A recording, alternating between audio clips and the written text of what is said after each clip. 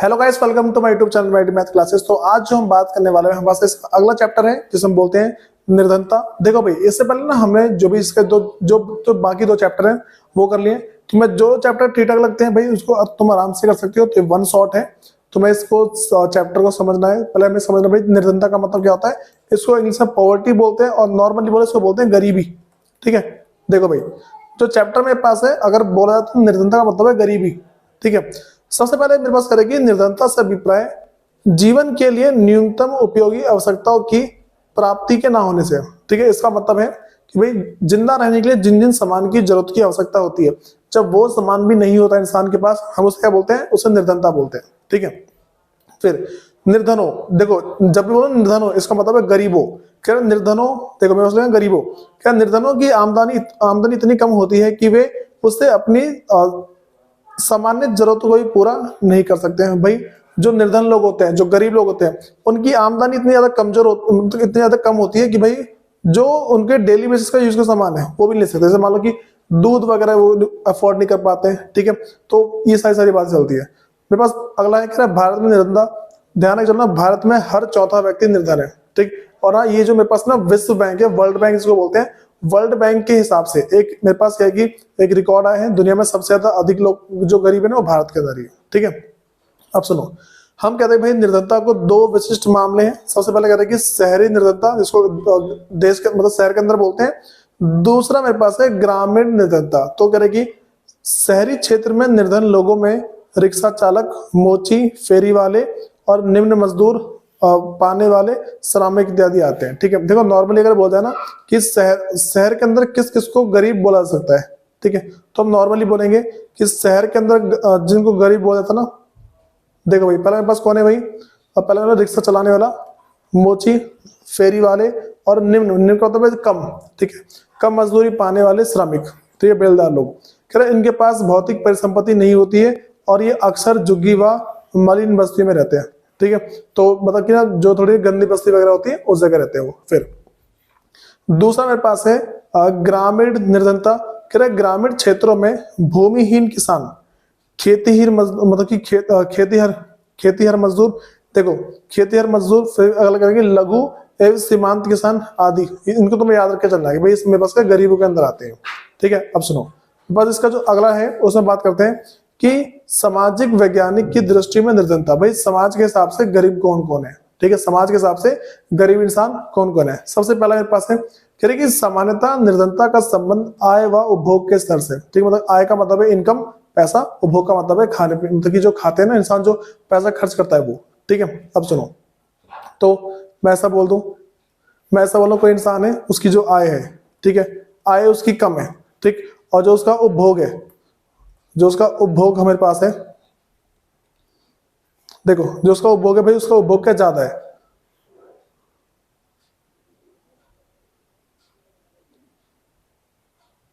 ये देखो मैं बोल रहा हूं मेरे पास क्या है, कोई इंसान है उसकी आय क्या है कि भाई उसकी आय कम है और जो उसका उपभोग है, उपभोग वो ज्यादा करता है। ठीक है, या फिर मान लो कि उसकी उपभोग उतनी ज्यादा है तो हम क्या बोल देंगे कि इस इंसान को गरीब बोला जा सकता है आराम से। ठीक है, जब अगर उसकी आवश्यकता ही पूरी नहीं हो रही है तो उसको हम गरीब बोलते हैं नॉर्मली। ठीक है, अब देखो अभी कह रहे कि उपभोग के स्तर के अलावा निर्धनता को निरक्षरता स्तर या फिर कुपोषण के कारण रोग प्रतिरोधी क्षमता की कमी। देखो हमारे पास कह रहे कि उपभोग के स्तर के अलावा, देखो एक तो उपभोग का स्तर है, हम कैसे पता लगा सकते हैं कि कौन कौन इंसान निर्धन है, कौन कौन इंसान निर्धन नहीं है। ठीक है, सबसे पहले कह रही उपभोग के स्तर के अलावा निर्धनता का निरीक्षण स्तर, मतलब कि कैसे पता लगा कौन कौन कितना गरीब है। कह रहे कुपोषण के कारण रोगी प्रतिरोधी क्षमता की कमी। दूसरा, स्वास्थ्य सेवा की कमी होती है उनमें, रोजगार के अवसर की कमी होती है, सुरक्षित पेयजल, मतलब कि जो साफ पेयजल पीने वाला पानी, कह रहे कि स्वच्छता तक पहुंच की कमी आदि सामाजिक सूचकों के माध्यम से भी निर्धनता को मतलब कि देखा जाता है। ठीक है भाई, देश में देखा जाता है। ठीक है, अब सुनो, मेरे पास ना ये सारे भी अगर हम देखें ना भाई, कुपोषण वगैरह देख लें, कोई सी बीमारी देख लें, ठीक है, और मान लो कि स्वास्थ्य सेवा की कमी देख लें या फिर रोजगार के अवसर की कमी, अगर ये सारे हम देखते हैं, ठीक है, तो इससे हम क्या पहचान लेंगे भाई कि जो इंसान क्या है, गरीब है। इन सबकी सहायता से भी पहचाना जा सकता है कि इंसान क्या है, गरीब है। ठीक है, फिर हम अगली बात करते हैं भाई निर्धनता रेखा क्या होती है।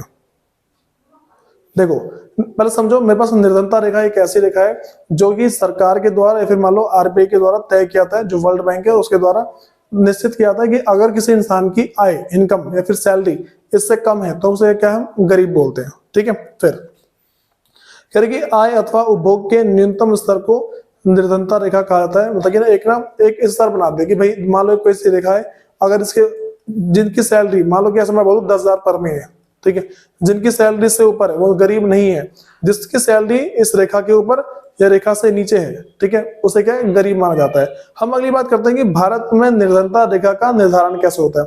कह रहे कि भारत में निर्धनता रेखा का निर्धारण निम्नलिखित 2 आधार पर किया जाता है। हम कैसे पता लगाते हैं कौन कौन इंसान गरीब है, कौन कौन इंसान गरीब नहीं है। ठीक है, सबसे पहला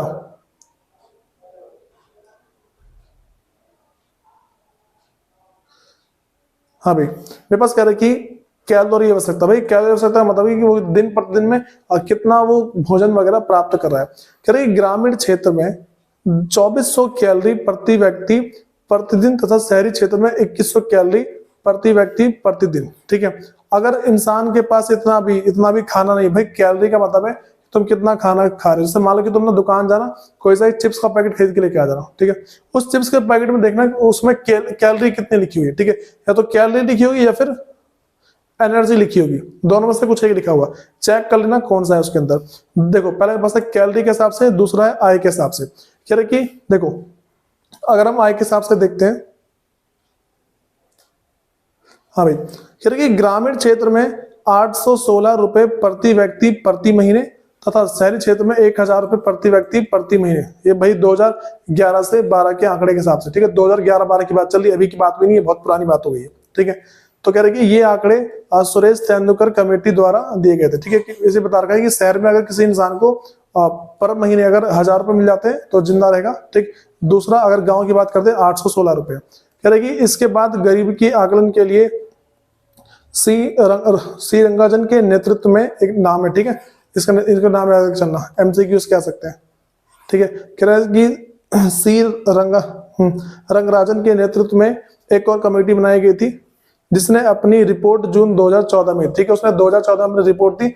उसके अंदर उसने बताया कि इसके अंतर्गत ग्रामीण क्षेत्र, जो गांव के क्षेत्र है, 972 रुपए प्रति व्यक्ति पर महीने, मतलब कि हर एक इंसान के ऊपर हर महीने में इतने रुपए कम से कम उसकी इनकम होनी चाहिए। ठीक है, उसके बाद कह रहा तथा शहरी क्षेत्र में 1407 रुपए प्रति व्यक्ति प्रति माह निर्धारित किया गया। कह रहे कि अगर इतनी सैलरी किसी की होती है तो उसको एक तरीके से मान के चलो कि गरीब माना जाता है। ठीक है, इससे ऊपर होगी तो गरीब नहीं माना जाएगा। ठीक, अब मेरे पास अगली बात जो आती है वो ये है कि राष्ट्रीय प्रतिदर्श सर्वेक्षण, मतलब कि नेशनल सैंपल सर्वे ऑर्गेनाइजेशन है। तो भाई इसकी बात करते हैं। कह रहे कि वह संस्था जो भारत में निर्धनता रेखा का समय समय पर आकलन करती है। ठीक है, और हर 5 साल में होता है, ध्यान के चलना, ये तुम्हारा इसका एमसीक्यू बनेगा। ठीक है, कि जो निर्धनता रेखा है कि कितने साल के बाद देखी जाती है, हर साल, हर 5 साल में। ठीक है, सबसे पहला कह रहे कि गरीबी कम हुई है, तो कह रहे कि पंजाब और हरियाणा में उच्च कृषि वृद्धि दर से। हम बात करते हैं भाई गरीबी जो है हमारे देश में कम कैसे हुई है, ये वाली बातें करते हैं। ठीक है, तो देखो पहले मैंने बता दिया कि पंजाब और हरियाणा में उच्च कृषि वृद्धि दर से। दूसरा मेरे पास कह रहे कि केरल ने मानव संसाधन पर ज्यादा ध्यान देकर निर्धनता को कम किया, मतलब कि लोगों को बहुत सारा पढ़ा लिखा कर, ठीक, गरीबी कम करिए। उसके बाद अगर हम थोड़ा सा अगली बात पे आते हैं तो मेरे पास है कि आंध्र प्रदेश और तमिलनाडु ने अनाज के सार्वजनिक वितरण, मतलब कि जो लोगों को ना अनाज वगैरह बांट के द्वारा निर्धनता को कम किया है। फिर पश्चिम बंगाल में भूमि सुधार के माध्यम, मतलब कि जो वहां की जमीन है ना उसमें सुधार किया है जिससे खेती अच्छी होती है। ठीक, इस कारण से क्या भाई जो गरीबी है उसमें कमी लेके आए। तुम ना भाई तुम्हारे एग्जाम में क्वेश्चन आता है कि गरीब, मतलब कि अगर तुम्हारे एग्जाम में ऐसे क्वेश्चन आ जाए कि जो गरीबी है उससे कैसे मतलब कि बचा जा सकता है, तो ये तुम्हें 4 पॉइंट लिख दोगे तो तुम्हारे इसके कम से कम 4 मार्क्स तो गारंटेड मिल जाएंगे। ठीक है, फिर मेरे पास अगला है भाई असुरक्षित समूह कौन कौन से। ठीक है, अब देखो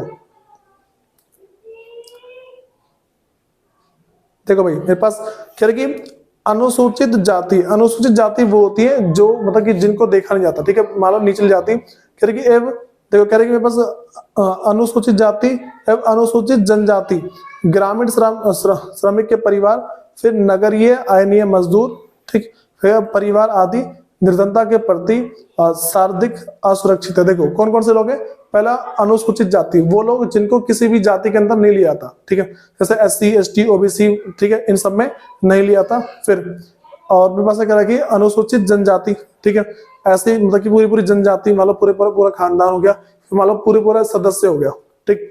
फिर अगला क्या रखी, ग्रामीण श्रमिकों के परिवार, भाई जो लोग बेलदारी वगैरह करते हैं ना, उन सबके परिवार। फिर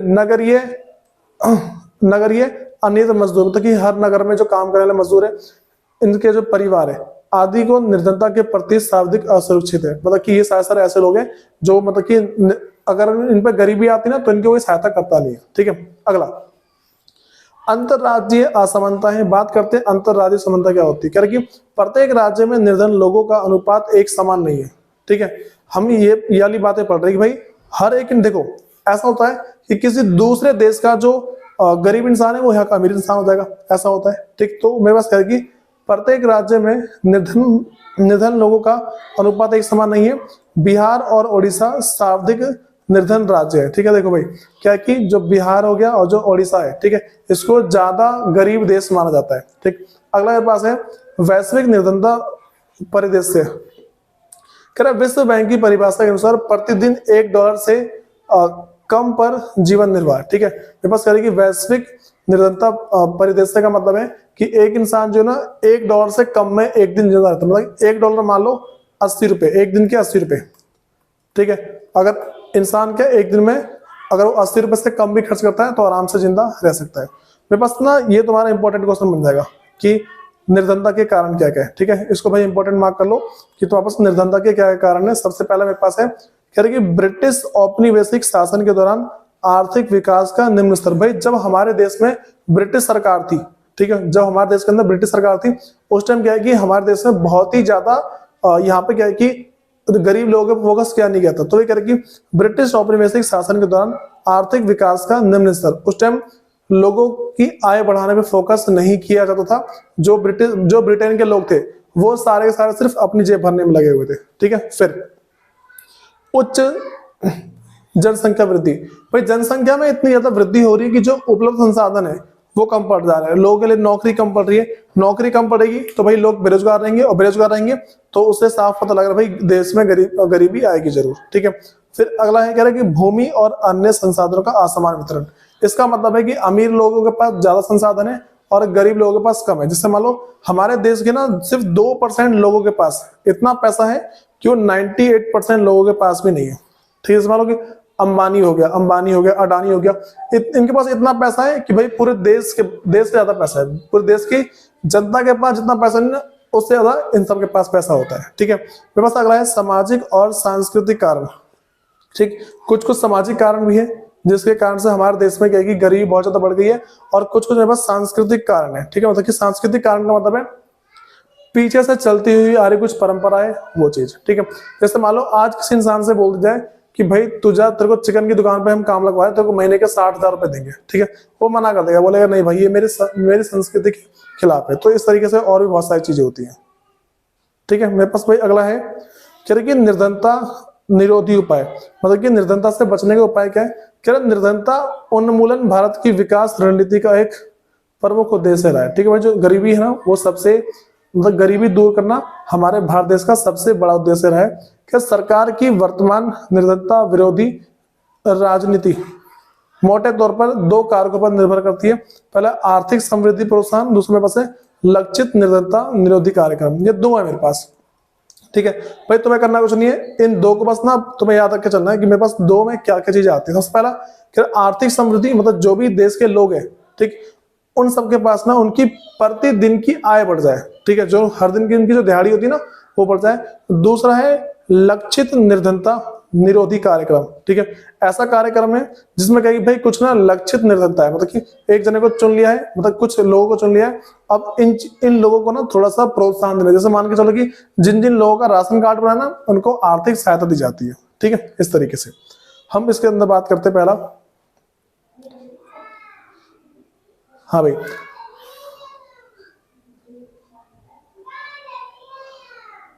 देखो भाई मेरे पास ये जो अगला है कह रहा है कि आर्थिक समृद्धि को प्रोत्साहन करे कि आर्थिक समृद्धि और निर्धनता उन्मूलन में गहरा संबंध है, ठीक है। जो आर्थिक समृद्धि और निर्धनता उन्मूलन, ठीक है, मतलब कि निर्धनता से बाहर निकलना। इसमें क्या बहुत गहरा संबंध है। आर्थिक समृद्धि अवसरों को व्यापक बना देती है। जो आर्थिक समृद्धि है वो क्या अवसर, मतलब जब लोगों के पास पैसा होता है ना तो उसका बहुत सारी अपॉर्चुनिटी होती है, ठीक है, जिससे मानव विकास में निवेश के लिए आवश्यक संसाधन उपलब्ध हो पाती है।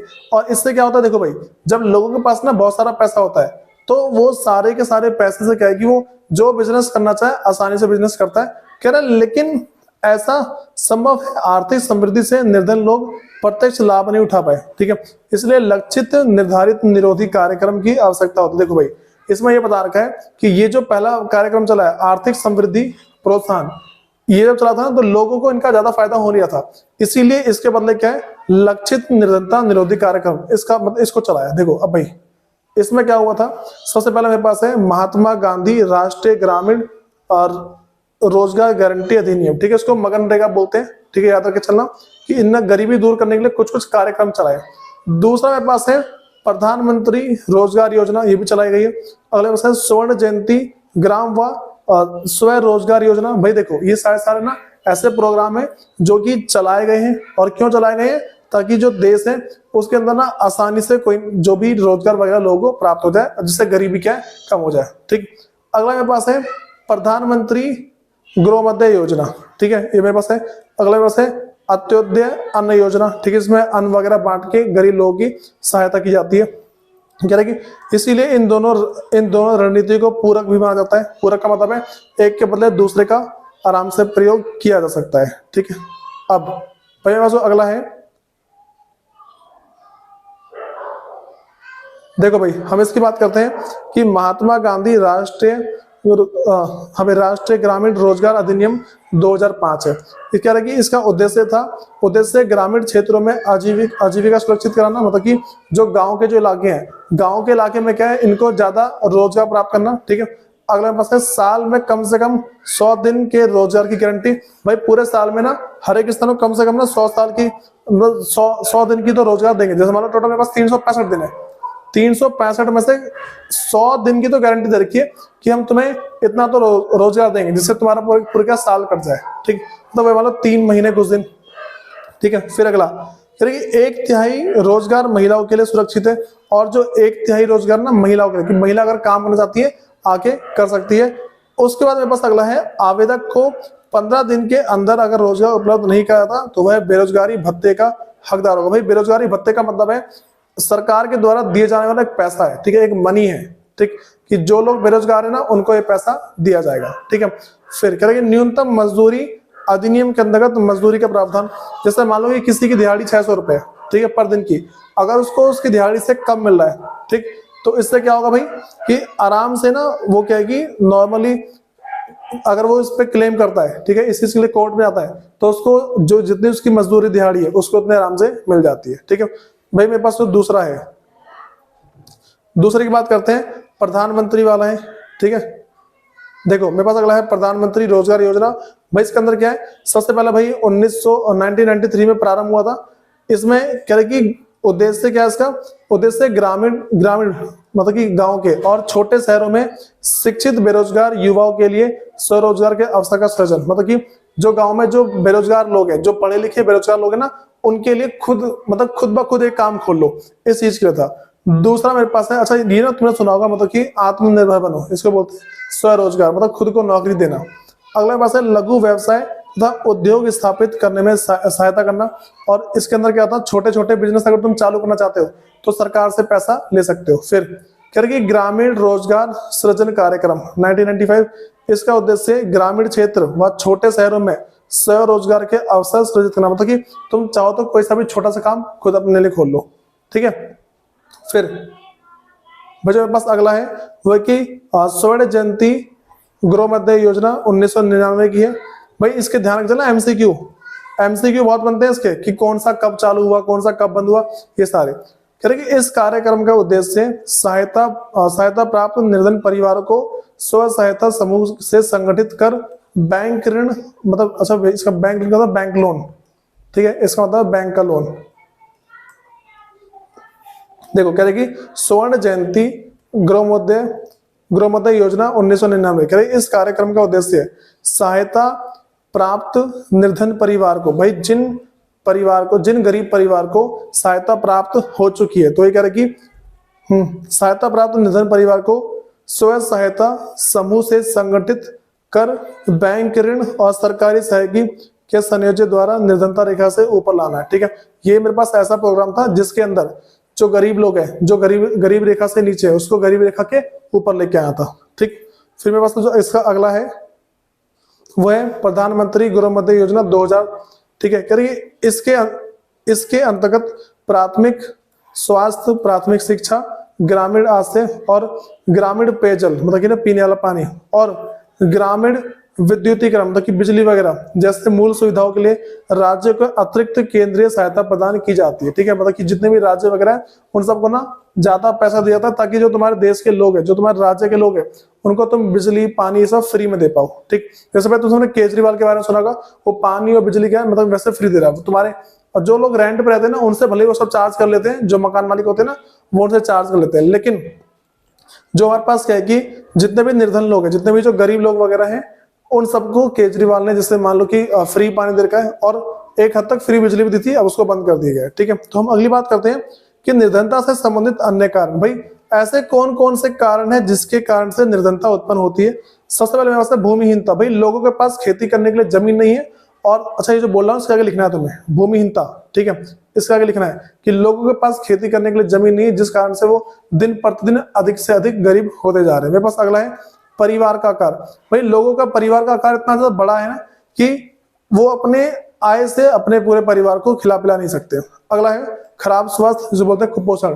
भाई बहुत सारे लोग हैं ठीक जो कुपोषण वगैरह, मेरे पास करेगी निर्धनता संबंधी अन्य कारण है, तो इसमें बस तीसरा पॉइंट क्या है, खराब स्वास्थ्य। अगर किसी इंसान का स्वास्थ्य है अगर वो खराब होता है तो कॉमन सेंस की बात मेरे पास ये है कि उसको भी भाई गरीब बोला जाता है।